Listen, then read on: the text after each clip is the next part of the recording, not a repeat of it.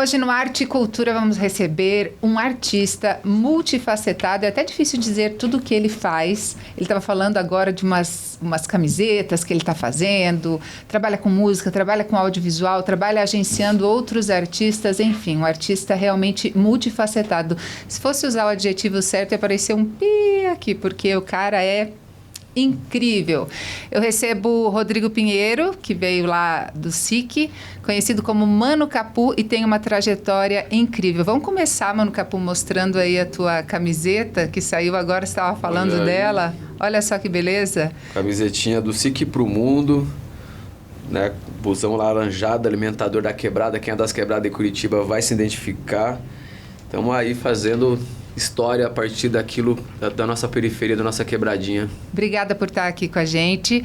E é isso, você é multifacetado. O que você não faz? O que eu não faço ainda, né? Teatro ainda não faço. Não fez? Mas a tua trajetória começa no rap. Sim, começou no rap aos 15 anos de idade. Primeiramente, eu quero dizer muito obrigado pelo convite, agradecer aos telespectadores que estão na sintonia, que vão assistir o programa. E vamos, que a arte é só um princípio para a gente poder colocar tudo que está dentro da gente para fora, né? Ela é isso daí. E aí, sobre a pergunta, eu comecei com 15 anos de idade fazendo rap a convite de um parceiro meu, do Alisson. Ele me convidou para fazer rap, foi muito engraçado que eu só era um ouvinte do rap, né? E aí ele me falou, cara, você tem um jeito de ser rapper, vamos fazer rap, Demorou, vamos fazer. Eu sei pra todo mundo falando que eu fazia rap, eu não sabia rimar, né? Não, agora eu sou rapper, meu. E aí eu já adquiri isso daí, no começo, quando você começa a fazer rap, você tem que entender que ele tem uma métrica pra se fazer, né? Não é só a ira com beira pra rimar, né? Você tem todo, né, uma metodologia pra você fazer rap. E aí quando eu aprendi isso, eu comecei a desenvolver melhor músicas. E pra mim foi muito massa. Eu vim de uma escola do rap, assim, que a gente tem que cantar o que a gente vive, o que a gente ouve e o que a gente vê. É nós mesmos maloqueiros, os guerreiros da rua, os verdadeiros e não as cópias que só inflama na cultura. As minos, mano, de postura, que veste mesma camisa, que chega em bala a torcida e não breca nas balizas. Essa é a minha escola do rap, né? Que lá, agora tô beirando uns 40 anos já. E aí tinha 15 anos, então faz um tempinho. E pra mim sempre foi muito essencial e muito massa poder falar daquilo que se vê, que se ouve e o que se vive. E aí meu rap sempre tá abordando questões sociais, questões amorosas, questões de luta, questões de força, questões de fé que eu passei na minha vida. E que momento você achou, tipo, cara, dá um bom aqui, isso aqui pode virar realmente profissional, tem um talento aqui, tem um ganho, é a arte que eu quero falar sobre essa realidade que eu vivo. Você que tem uma realidade, você foi preso injustamente, né, passou aí um tempo na prisão, não consigo dimensionar o que isso signifique, né, na trajetória e numa vida, na trajetória humana, mas é algo que não aconteceu só com você, né, e acontece com frequência com a população negra no Brasil, infelizmente. Em que momento você achou, tipo, não, isso aqui pode virar algo maior, pode me levar para uma outra realidade? Quando eu percebi que a música poderia me levar para outros lugares, que foi através da Chorona, que é uma música que eu fiz pro meu pai quando eu fiquei encarcerado, e um determinado dia eu saí de uma cela que eu estava e eu dei de frente com meu pai, né? Pensa, pai, como é que você vai? Que essa carta te encontre na mais perfeita paz, apesar. E aí a gente tinha uma certa mágoa, tanto da minha parte quanto da parte dele, e a gente se perdoou dentro da cadeia, né? Lá era para ser nossa destruição, acabou sendo uma ponte para pro nosso perdão de pai e filho, né? E aí eu compus essa música, Chorona. Ela alcançou alguns lugares muito importantes, e na época eu era evangélico, né? Eu nasci em lar evangélico. E aí isso deu um boom assim na minha carreira, que eu cantei tipo em vários lugares, né? Vários lugares, tipo São Paulo, acho que Brasília também. E aí foi essa música, assim, sabe, que ela foi lá e fez isso. Cantei em um monte de igreja, das tiazinhas As tiazinhas de coque da Assembleia de Deus, sabe, e tal. Fiquei chocado quando me chamaram, sei lá, em mais de 100 igrejas, assim. Eu falei, caramba, meu, fazendo rap aqui pras tiazinhas, que doideira. E eu percebi que isso aí era uma parada que daria sucesso, assim, sabe? Só que, aí como eu falei pra você, né, eu sempre fui de rimar as minhas verdades, né? E aí, quando, né, a igreja se envolveu com algumas questões aí políticas não muito benquistas, assim, dentro da minha visão, né, quero deixar isso bem claro, dentro da minha visão, eu falei assim, eu não quero mais fazer parte de um lugar onde faz sinal de arma, sabe? Daí eu falei, basta, vou embora.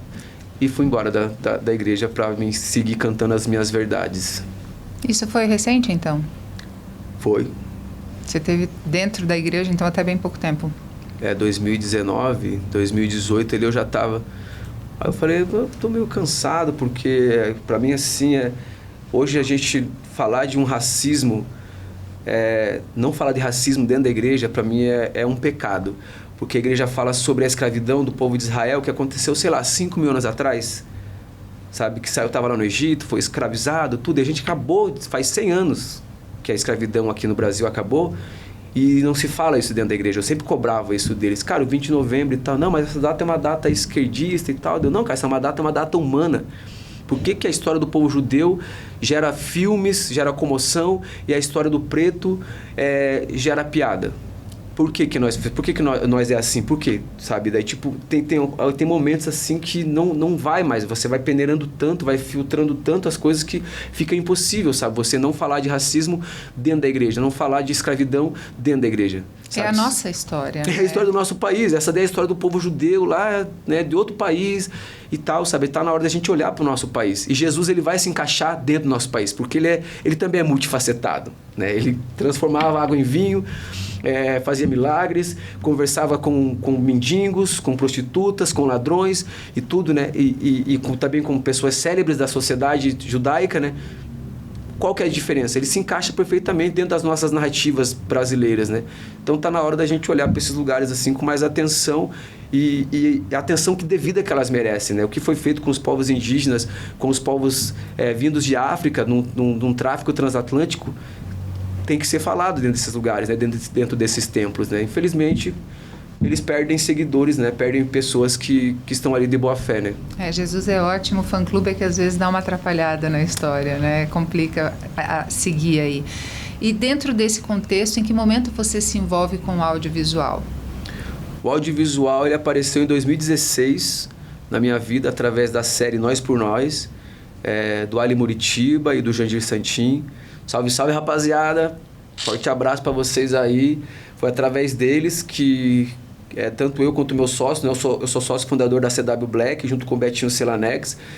E quando a gente tinha se convidado a gente para ir nesse set, eu fiquei, como que isso aqui acontece? Que legal esse negócio aqui, como que pá? É o Antônio Júnior que sabe. Como que você fez esse negócio aqui? Com dinheiro público, dando dinheiro público. Como que faz esse negócio? Aí começou a ir atrás. Aí o Betinho foi correr mais atrás de produção e eu fui atrás de roteiro. Né? Que eu sempre percebi assim, que o rap, eles são roteiros através de ondas sonoras. A gente forma imagens na nossa cabeça através do rap e através de outras tantas músicas a gente forma imagens na nossa cabeça, né? Tipo, na minha cabeça tá que todo rapper é um roteirista. Ele só tem que estudar as ferramentas para ele de vez vestir essa skin de roteirista, né? Tipo o Mano Brown da vida, ele é um roteirista. Eu tava pensando nele agora, exato, eu tava pensando nas letras, né? Mais um dia. Diário do Detento. É um filme mesmo, né? Tô ouvindo alguém me chamar, do Racionais, MV Bill, músicas do Dom Raiz, músicas da Janine. Tipo, a gente começa a fazer imagens na cabeça através dessas músicas, sabe? Então eu falei, cara, e a própria música Chorona, ela tem, né, essa contação de história. E em 2019, em 2016, fomos lá, entramos nesse set. Eu até fiz uma atuação bem pontual ali e tal. É nós por nós.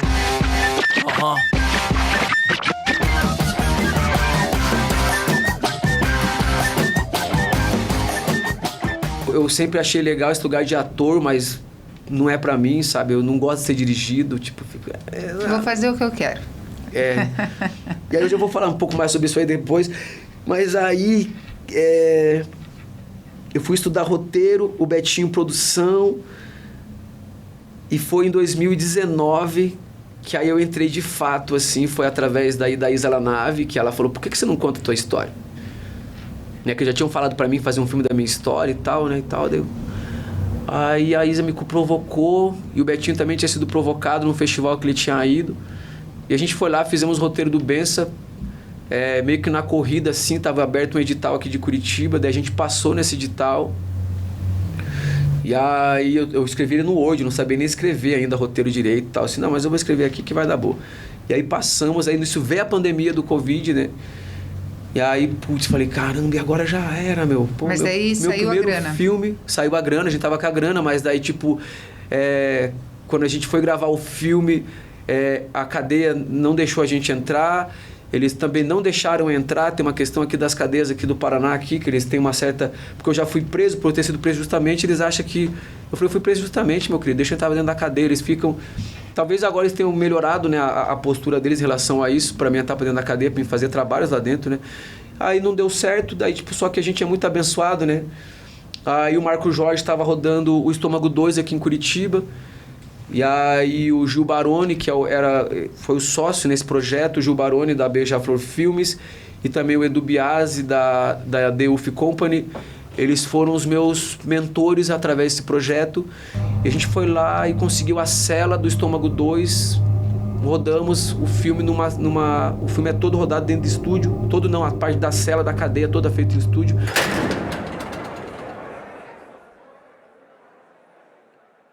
Então eu tive toda uma liberdade. É impressionante, porque eu assisti o Bença, aliás, recomendo fortemente. E eu só sei porque o produtor falou, tinha me falado, esse foi numa garagem, fizeram uma estrutura de cadeia. E eu fiquei, tá, mas em que momento? Não, mas esse... E o pátio, como é que é o pátio? Só uma curiosidade pessoal aqui. O pátio foi no Adalto Botelho.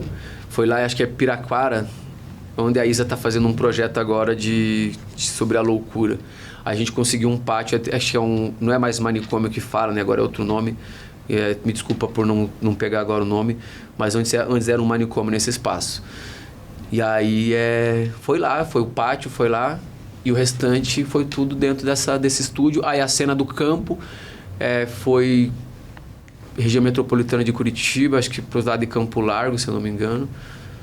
E a gente foi lá e começou a fazer esse filme. Já que você não deixa a gente entrar, a gente ganhou uma cela. Né? O Marco Jorge, muito generoso, foi lá e cedeu. Né? Daí a Camila Coguto, que é diretora de arte, junto com o Rodrigues, foram lá e fizeram essa cela. Quando eu entrei para dentro assim, né, eu fui preso em 11 de junho de 2011 e fui solto em 28 de dezembro de 2012. Qual que era a acusação? A acusação é uma acusação sobre homicídio, né? No qual eu não estava no lugar, já estava em casa e tal, né? Mas só que, como no Brasil ser uma pessoa preta, você já é culpado, aí até eu provar minha inocência, aprendi ele depois, que não fazem com algumas pessoas que estão atrapalhando diversos processos judiciais, estão atrapalhando. Não, que eles podem prender se você vai atrapalhar alguma coisa. Ele pode atrapalhar, então prende. Aliás, isso acontece com quase 70% da massa carcerária, está presa sem nenhum tipo de julgamento, e a grande maioria é a população negra, né? Daí, tipo, eu fui uma dessas pessoas, mas dentro da cadeia posso dizer que eu fiz daquele lugar um lugar para mim estudar também. Sabe, hoje meu cinema, que eu faço cinema de cadeia, é um cinema sincero, sensível e leal ao que está dentro da cadeia. Sem desgraça, né? Porque eu consigo ver assim que muitos diretores, geralmente eles são brancos e nunca ficaram presos, nunca tiraram um dia dentro de uma cadeia. Eles vão lá, no final do filme deles tem uma rebelião, né? Tipo, para gerar aquela... Né? Meu Deus, uma rebelião, uma comoção e tal, papapá. Né? Tipo, eu fiquei lá 18 meses. Teve só uma vez que teve quase uma semi-rebelião, porque a cadeia estava pagando marmita azeda pra gente. Aí a cadeia se uniu e a gente ficou sem comer durante 3 dias, porque se um de nós morre lá dentro, vai virar estatística. Então, eu entendi a unidade do preso, falar nós somos um. Se vier uma marmita azeda, ninguém come. 3 dias sem comer, derrubamos a empresa que estava cedendo alimento, porque isso se qualifica motim. E o presidente da cadeia, para não perder o seu posto, ele foi lá e cedeu essa pressão e trocaram a marmita, veio uma marmita mais humana e digna. Né? Para quem acha que cadeia é hotel, né? Hotel 5 estrelas, vai lá, fica lá para você ver. Né? Tá, mas daí, como foi? Você falou, por exemplo, que não gosta de ser dirigido. Como foi você ver alguém interpretando a tua vida? Pra mim foi legal. Eu gosto bom? disso. Eu gosto porque... Aliás, o ator, eu não sei o nome. É o Lulo. Ele foi sensacional, assim, sensível. Tava ali num lugar realmente de estranhamento, né? Tentando se enquadrar, mas mantendo uma postura, assim, tipo, não, isso aqui não vou fazer, não é meu, não... então foi legal. Sim, foi algo assim que eu quis retratar nesse curta-metragem, porque sempre as pessoas têm esse olhar, né, errôneo sobre as pessoas pretas, de que a gente está preparado para todas as desgraças que vêm sobre nós, que nós já temos você é forte, você consegue. Né? E aí os lugares de glamour, calma, você não está preparado. Sabe? Aí, tipo, eu falei, eu vou me inverter esse negócio. Porque quando eu entrei na cadeia, eu entrei com o cu na mão. Falei, cara, como assim? Uma cadeia, meu? Né? Eu só tinha ouvido falar de cadeia através da música Diário do Detento Racionais. Em 1998, quando eu tinha 11 anos de idade. Foi o primeiro rap que eu ouvi. Quando você entrou? 11 anos quando eu entrei, eu tava com 20 anos. 20 ou 19, uma coisa assim. Aí, tipo, eu falei, cara, que lugar assustador. Ô, acorda aí. Desculpa atrapalhar teu descanso, mas hoje é dia de visita e a correria começa mais cedo no barraco. Dormir na praia é isso, ladrão. É o primeiro a se levantar e o último a se deitar. Chegamos, apanhei um monte da polícia. Tipo, falei, por que estão me batendo? Não interessa. Aí a cadeia treme para eles pararem de bater. Aí eu comecei, quando eu já cheguei, eu falei assim, a cadeia não me bate. Quem me bate é o agente penitenciário. Aí você começa a entender que há outras questões ali dentro, que são muito mais humanas. Que às vezes esses diretores, não estou julgando todos, né? Mas eles não conhecem esse lado humano. Né? Se a gente quer que o crime não volte a ser cometido novamente, essas pessoas têm que ser reinseridas na sociedade. Isso é justiça social. Né? O cara tá lá vendendo uma droga, roubou, sei lá, foi o crime que ele cometeu, foi preso. Ok, vai pagar pelo erro dele. Quando ele volta para a sociedade, se ele voltar a ser um cidadão de bem, a justiça foi feita. Aí a justiça é uma justiça social. Mas se o cara voltou a cometer o crime, a justiça não foi feita. Porque ele está ali para o quê? O papel do cadeia numa sociedade é reinserir essa pessoa de volta na sociedade. Se o Poder Judiciário, se os órgãos de trabalho não envolvem essa pessoa na sociedade, desculpa, a gente está falando contra a sociedade se a gente não reinsere essa pessoa de novo na sociedade. Se a pessoa vai lá... Meu pai não conseguiu ser reinserido na sociedade. Ele pilotou a vida toda e não conseguiu se reinserir. Porque ele foi lá um dia, errou e deram uma pena capital para ele, ele ficou para sempre sendo julgado, sendo pagado, tendo que pagar por um erro que ele já tinha pago já. Isso não é justiça. Sim. E não é barato, né? Tipo, é algo que custa, assim. Então, realmente é algo que precisa funcionar. Porque as pessoas, porque bandido e tal. Gente, a sociedade está pagando. Então, a gente tem que cobrar que aquilo seja humano e realmente funcione. E que haja uma alimentação adequada, uma vida adequada para que essa pessoa realmente saia e, como você falou, a justiça social aconteça. Senão, a gente está... potencial humano perdendo, né? Porque quantos artistas tem dentro da cadeia que saem e não conseguem? Quantos talentos tem ali que saem e a gente está desperdiçando? E o parte financeira mesmo, que socialmente a gente está investindo, né? E não está realmente alcançando esse objetivo. É muito triste mesmo essa ideia, esse achar que não, bandido não quero saber, que morra, que aconteça. Enfim, é algo bem da América Latina, assim, né? Mas que precisa realmente de vozes como a sua para que mostrem esse lado humano, que ali dentro tem pessoas e histórias como a tua que reencontra o teu pai. Como foi esse momento? Você não imaginava que isso pudesse acontecer ou foi... Não, eu não imaginava que eu ia encontrar meu pai. Eu estava eu fiquei preso no CT2. O CT2 tem a rua C, a rua B e a rua A. A rua C, ela é de primários. De primários e pessoas que estão presas a primeira vez no CT2. A rua B são de pessoas que já ficaram presas e a rua A também. Eu tava na rua C. Ela faz um C assim, né?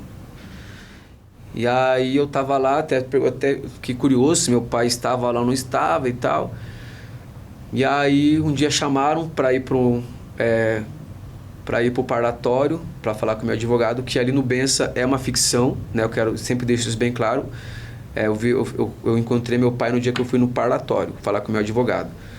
Que daí chamou meu pai e também me chamou. Daí quando eu saí da cela, algemado, tudo, eu já vi ele já, né? E ele ficou assustado, né, em ter me visto ali, né? A gente tá naquele espaço tão desumano, né? Com roupas que cheiram mal, em situações deploráveis, né? Tipo, a gente olhou ali dentro e falei, caramba, cara, meu velho. Depois ele fez um rolo lá, conversou, e eu fui transferido para a cela onde ele estava. A gente ficou 4 meses na mesma cela, junto com outros, né? Aí foi um momento mais, digamos, mais leve, com algumas aspas, né? Porque eu estava junto com ele. E a gente conseguiu lavar nossa roupa suja também, né? E aí eu conversei com outros 10, 15, a gente estava em 12, outros 10 pessoas que estavam, outros detentos no caso, né? Não ex-detentos, outros detentos, conversei depois lá, fui entender o que cada um tinha feito, e como eu sou artista, né? Isso é algo que eu entendo perfeitamente hoje na minha vida. Eu nasci para fazer arte, eu não podia fazer outra coisa. E aí eu comecei a pensar muito sobre isso, sobre esse lugar do cárcere, né? Consegui compor 2 músicas, né? Eu não ia de fazer muito rap, que eu falava pros piadas, eu tô meio preso, né, pesado? Então eu vou ficar fazendo rap de cadeia. O 509 já faz, o Dexter, o Brau já fez, eu tenho que fazer outras artes da minha vida, né? Mas foi um momento muito doloroso, mas também de cura, encontrar meu pai na prisão. Poder passar 4 meses, né, ali numa situação ainda que não ideal, né, mas próximo, né? A gente conseguiu que esse fato virou, né, a música Chorona, daí virou o Bença, aí o Quando Eu For Grande, aí virou o álbum Ufa, que eu lancei ele, daqui a pouco eu quero falar dele um pouquinho, e aí também o Barrabás, que é um longa-metragem que encerra essa trilogia, né, que no Bença, no Quando Eu For Grande, eu não consigo dar vazão para falar desses, né, entrar profundamente nessa narrativa. A tua obra você conseguiu, trabalhando na arte, resolver essa questão com o teu pai?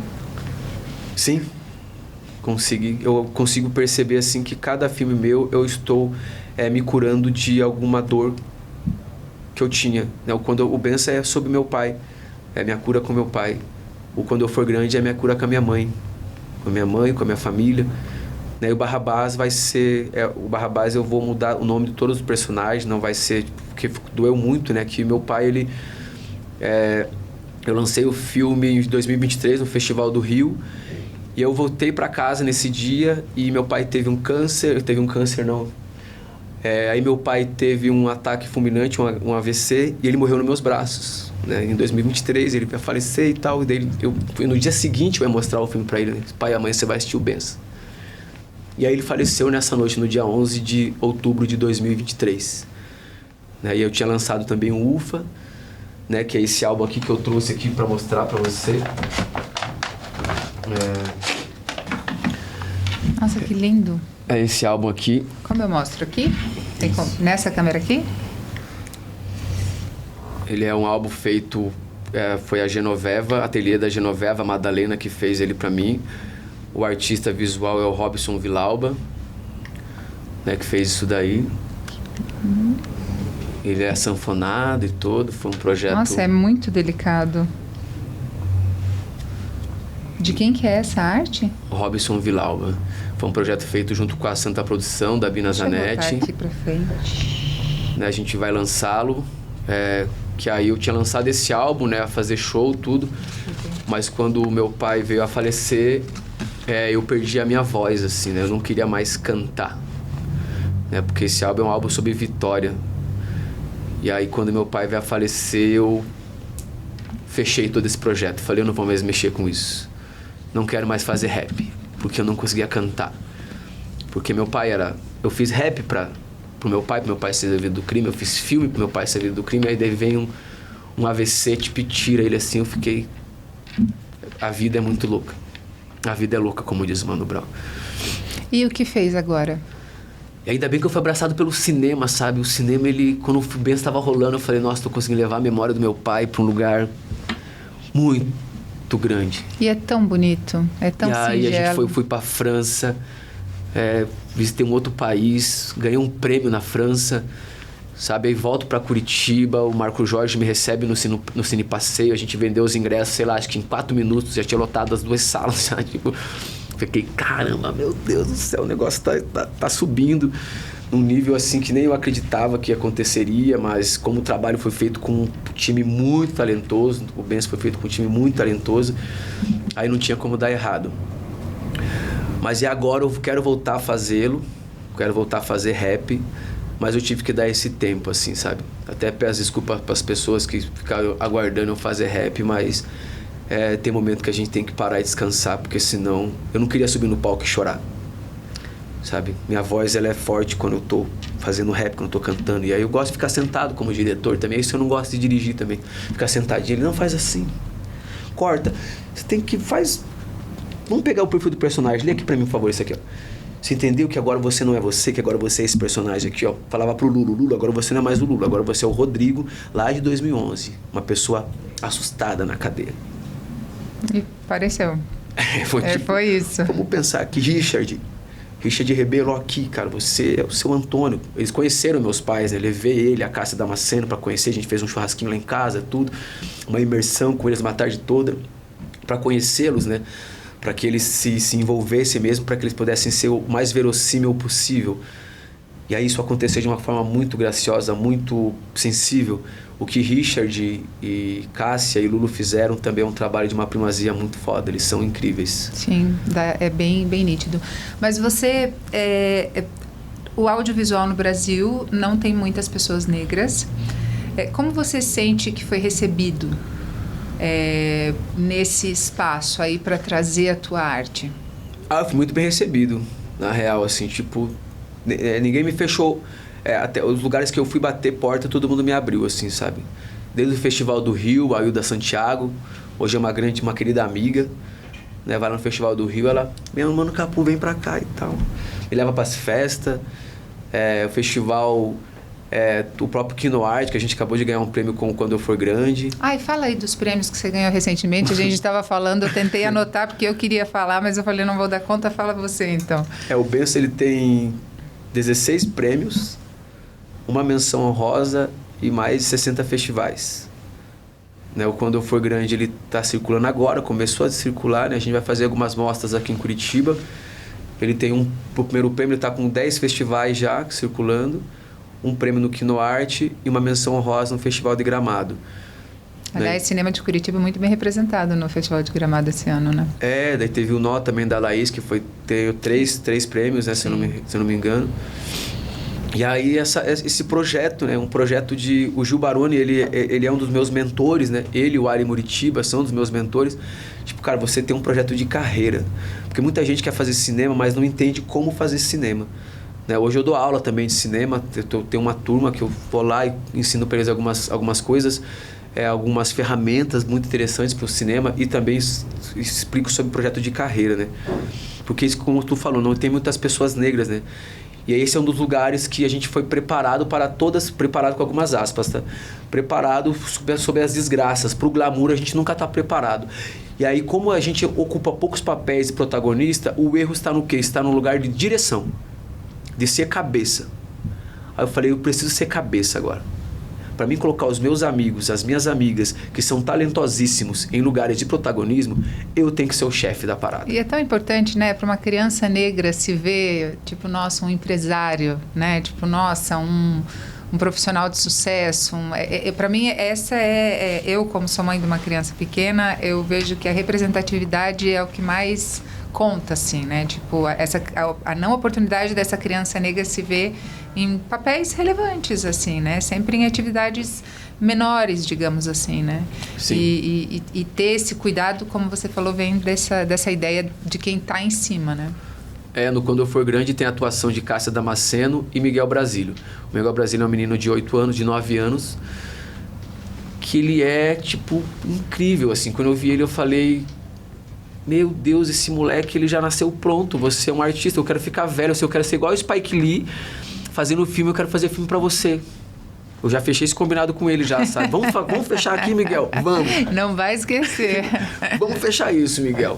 Eu vou te cobrar, hein? Porque ele é muito incrível, assim. Ele é um ator, assim, que tem uma entrega, né? Pra quem assistiu Quando Eu For Grande, vai entender, assim, a sensibilidade desse ator. Sabe? Dessa criança. Né, mãe? Que o bem sempre vence? Sim, filho. O bem sempre vence o mal. E o joio será separado do trigo. É isso mesmo. O joio ganhará do trigo. E toma isso. E aí, até mesmo nesse filme, quando a gente for rodar, tem algumas crianças que estão ali, né? Como figurantes. Aí o menino, o nome dele é Gabriel, não me recordo o sobrenome dele agora. Mas ele vai lá, ele também tinha um cabelão black igual o meu, assim, dele... Você que é o chefe daqui? Deu dele. Olhou pra mãe dele, mãe, eu também quero ser chefe igual ele, também quero ser diretor. É isso aí que eu quero fazer com vocês. Que vocês entendam que é muito legal atuar, né? É muito legal, pra mim é uma das profissões mais difíceis do mundo, é ser ator. Por isso que eu não gosto de ser ator, porque pra mim é um negócio entrar num outro personagem, né? Vestir, você tirar a sua essência e vestir uma máscara de uma outra pessoa. Eu sempre falo para os meus alunos, meus amigos, que o filme Máscara é um dos filmes mais legais para quem estuda ator, porque o Jim Carrey, ali naquele papel, ele vai lá e se torna uma outra pessoa. Mas o cara fica ruim das ideias. Tá vendo que eu não quero ser ator? Nada contra, os atores, vocês são incríveis. Não, mas o Jim Carrey, ele é sensacional. Ele em outros papéis, tipo o drama, O Brilho Eterno de uma Mente Sem Lembranças, que ele também atua maravilhosamente, mas realmente ele tem um documentário, né, sobre a saúde mental dele, tal, que é bem abalado. É realmente muito complexo. Ser ator, né? Se o cara quer, a pessoa quer aprofundar, sabe? Eu quero entender esse personagem, quero ter os trejeitos, ter a fisionomia, é um trabalho assim que eu fico, vocês que fazem isso, eu tô aqui escrevendo, tô imaginando, tô tudo. Aí quem vai colocar, que o papel aceita tudo, né? Mas a rua não. A rua, se tiver uma atuação meia boca, tá legalzinho, né? Não rolou. E aí eu sou leonino, eu sou muito exigente, eu fico... Ainda não chegou, vamos fazer de novo aqui, vamos, né? E aí eu quero fazer isso aí no Barrabás, que é o longa-metragem que fecha essa trilogia, né? Quero fechar essa trilogia assim com... né? Falei pro Ali já, pra nós fazer um trabalho muito bem feito, e o Ali, ele o Ali também é muito detalhista, ele é muito... generoso e também muito criativo e também um profissional incrível no que ele faz, né? Então, acredito assim que vai dar muito boa estar com o Ali nesse projeto. E sempre procurando levar esse protagonismo negro. Essa é a essência do teu trabalho em todas as áreas. Tanto a tua, você falou que tem trabalhado também como empresário, ajudando aí outras carreiras, né? Tem essa coisa de tipo, de ter esse protagonismo negro, de trazer essa figura para um lugar que é mais complexo de se conseguir numa sociedade tão racista como a nossa. Esse é o meu desejo. Levar aos holofotes pessoas pretas, né? Seja homem, mulher, uma pessoa trans, uma pessoa LGBTQIA+, né? Seja essas pessoas, eu quero trazer protagonismo para essas pessoas, assim. E também no meu trabalho também sempre tem pessoas brancas aliadas, que já são antirracistas, que elas já se compreendem e elas entendem do privilégio delas, né?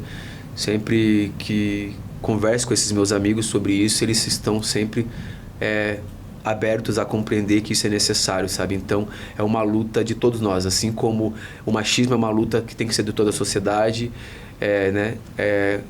a xenofobia, a LGBTfobia, tem que ser uma luta de toda a sociedade, de todos aqueles que compreendem, né? Aquele que tem olho veja, aquele que tem ouvido ouça, né? E faça alguma coisa, né? Porque senão a gente vai ficar patinando, isso não é bom para ninguém, né? Na verdade. Não, só com reparação histórica teremos uma sociedade melhor. Não adianta isso, não tem ninguém que não vá sofrer em algum nível se a gente não realmente tiver essa questão desenvolvida aí. E a tua mãe? Quando vê as tuas coisas, tipo, fica feliz, orgulhosa, tá ali participando? Ó, a dona Verinha hoje, ela tá mais feliz. Né? Porque... Eu imagino quando você começou com 15 anos no rap, ela deve ter falado, meu Deus, meu filho. Eu tinha esse cabelão aqui, com 15 anos de idade, né? Tinha esse cabelão, nós ficava, ele é meu pai, meu Deus do céu, cara, corta esse cabelo, ninguém vai te contratar e tal, por conta do racismo. Daí um dia eu fui lá, cortei o cabelo, entrei no mercado de trabalho. Aí só que eu comecei sempre, ficava 2 meses, 3 meses, 1 ano, tipo, ficava... Não dá pra mim. Compre ordem de bacana, não dá mais não. Xijão, falando sozinho. Meu, eu falei, putz, cara, não nasci pra esse negócio não, meu. Aí meu último trabalho foi de porteiro. Que era um dia sim, um dia não. Ô, seu fulano, ô, dona Beltrana. Aham, eu sempre fui muito articulado nas minhas palavras, né? Eu falo... Ging fala gíria, me coloco como bilíngue social, né? Então, bom dia, tudo bem? Aí, maloqueiro, firmeza? Bilíngue social, adorei. Sabe, vai lá e começa a desenrolar os papos ali. E aí, na portaria, eu tava lá, estudava um pouco de cinema e tal. Né? Até que um dia eu saí, fui fazer Passamos num festival lá em Votorantim, com o videoclipe Carta Branca. E aí, meu chefe falou pra mim... Você não vai, cara, você tá voandinho demais, você tem que ficar aqui. Eu olhei, meu parceiro, veja bem, o síndico já deixou, o cara que vai cobrir já vai cobrir, você quer me impedir? Ele, não, você não vai. Eu disse, o seguinte, então vamos mudar o assunto. Eu vou, amanhã eu vou estar lá em Votorantim, eu não tô te pedindo, eu tô falando que eu vou. Aí voltei, fui demitido, obviamente, né? Mas depois veio a pandemia e a classe que mais morreu na pandemia foi os porteiros. Sério? Porque tava em contato toda hora ali, né? Eu falei, ainda foi um livramento. Aí peguei o seguro-desespero. Aí fiquei lá, nossa, tem o seguro-desespero aqui e tal. Só que a vida do artista, que as pessoas compreendam isso, ela é muito dura. Sabe? Ser artista no Brasil é muito difícil. O que a gente ia chamar de vagabundo por aí... eu faço cinema. Mas você trabalha com o quê? Eu faço música. Você trabalha com o quê? Eu trabalho com música. Eu trabalho com cinema. Não, mas como que você ganha dinheiro? Se você comprar meu CD, eu vou consigo comprar uma caixa de ovo ali pra mim fazer uma comida. Sabe, tipo...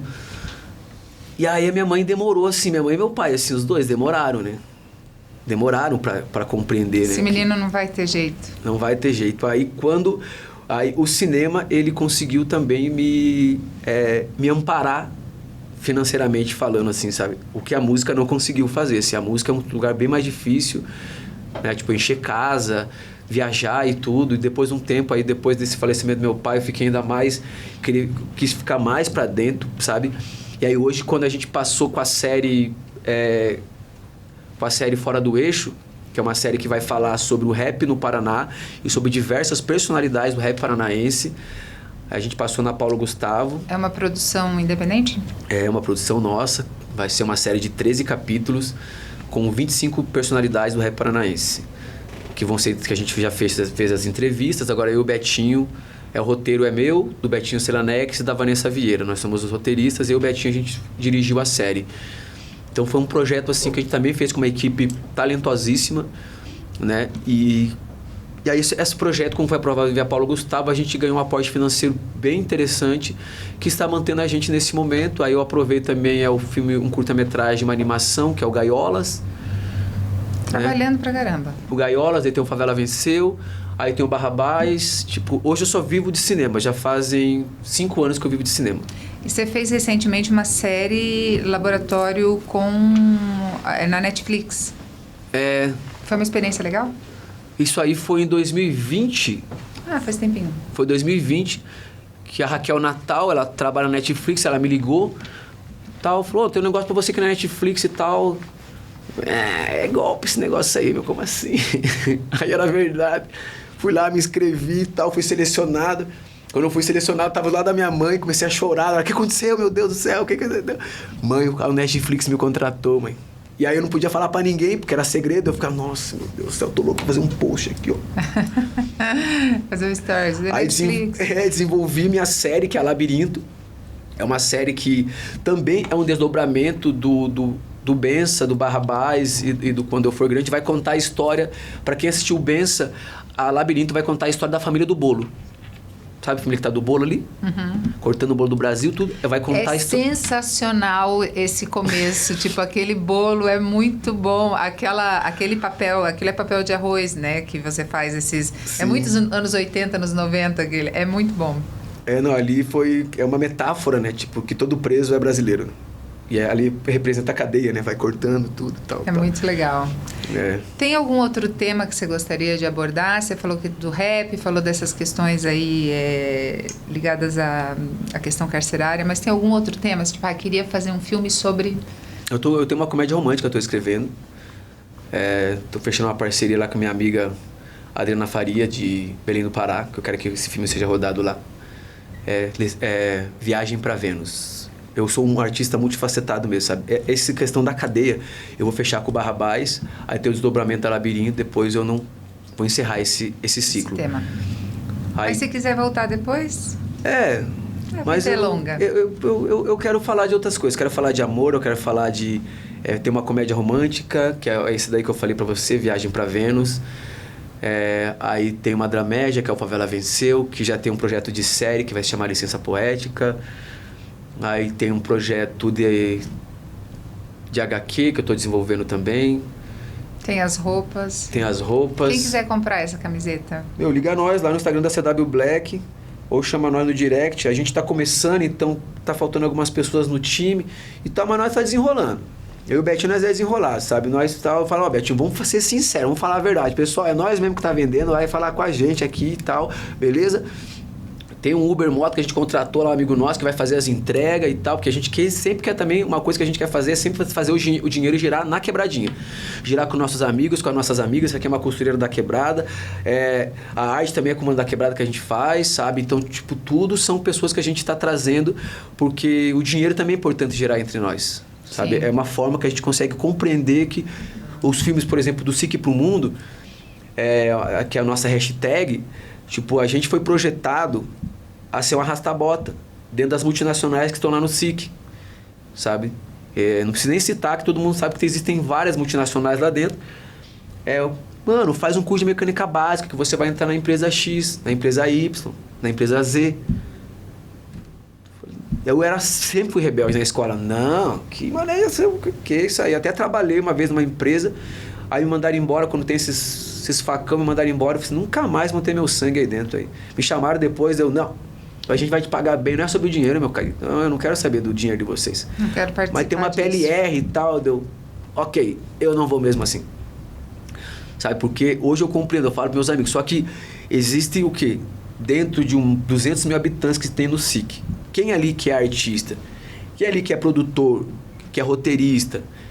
Sabe, são poucas pessoas, né? Então a gente tem que ter esse lugar, esse farol que tá lá. A CW Black é um farol dentro do SIC. Nós estamos aqui para somar com você, né? Hoje nossos projetos, a gente fez oficina de roteiro, consegui 10 roteiros, 10 roteiros das pessoas de periferia. Eu falei, olha aí, ó. Como não tem?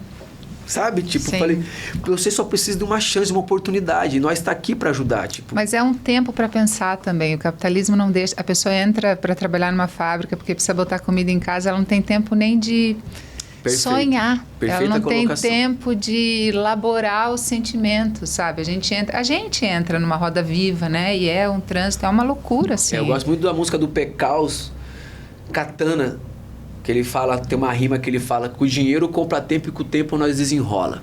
Eu falei, cara, nós precisamos de dinheiro. Nós tendo dinheiro, tendo minhas contas pagas durante 6 meses, eu tenho que desenrolar alguma coisa. Se eu ficar só comendo, sem plantar nada, aí eu vou ter que voltar a ser CLT. Então, quando eu pego o dinheiro, eu vou lá, vejo minhas contas, tenho que pagar isso aqui. Pronto, eu tenho 5 meses para pensar. para desenrolar. O dinheiro, isso é uma genialidade de ser empresário, de você gerenciar a sua carreira também. Né? Às vezes fica jogando sempre pro outro, a culpa pro outro, e você tá fazendo o quê? O que você pega o teu dinheiro? Você vai beber, você vai fumar, você vai sair pra balada toda vez? Você vai ficar duro, meu querido. Né? Isso eu falo pra mim mesmo, que às vezes eu sou bem baladeiro, né? Daí, tipo, eu vou lá e paro um pouquinho, e agora eu tô muito nesse processo de escrever, eu tô escrevendo muito, sabe? Desenvolvendo, sei lá, porque eu tô desenvolvendo um Barrabás, e às vezes dá uma chapada na minha cabeça, porque é sobre cadeia, daí é quase eu reviver o que eu passei, né? Eu vou lá, vou escrever outro negócio, vou compor uma música, voltei a escrever, fiz até uma música que eu vou lançar nos próximos dias aí. Teu Cheiro, que é uma música que eu fiz lá em Belém do Pará, com um camarada meu, 2KP, salve 2KP, sabe? Também um lugar que eu tô voltando a fazer música, mas eu falei, não quero mais fazer rap pra viver do rap, tá ligado? Eu quero só fazer igual o Gambino, o Donald Glover, né, da Atlanta. Ele é rapper também, né? Ele é rapper, ele é diretor, ele é empresário. Ele é uma das maiores inspirações que eu tenho hoje, é o Donald Glover, que ele faz tudo e mais um pouco. Então só precisa estar na música de vez em quando, que eu tenho uma veia artística. Foi o rap que me colocou onde eu estou, né? Eu sou muito grato ao rap, à cultura hip hop, Sim. que me ensinou a fazer tudo que eu estou fazendo hoje com maestria e genialidade. Legal. Eu acho que é isso, meu querido. Falamos, né? Hablamos que hablamos, e foi uma delícia. Muito obrigada por estar aqui com a gente no Arte e Cultura dessa semana. Adorei a tua história, a tua trajetória e a importância do teu trabalho, a relevância do teu trabalho, não só para você, mas para toda uma comunidade, numa cidade como Curitiba. Obrigada mais uma vez. E é isso, sucesso sempre. Qual que é a @, então, para quem quiser acompanhar o teu trabalho? Mano Capu. Mano Capu é com 2P. E o restante aí, liga nós lá, que nós estamos juntos e misturados. Então tá bom. Tá bom? E é isso, a gente fica por aqui. Esse é o Arte e Cultura desta semana. Obrigada pela sua companhia. Um beijo e até a próxima.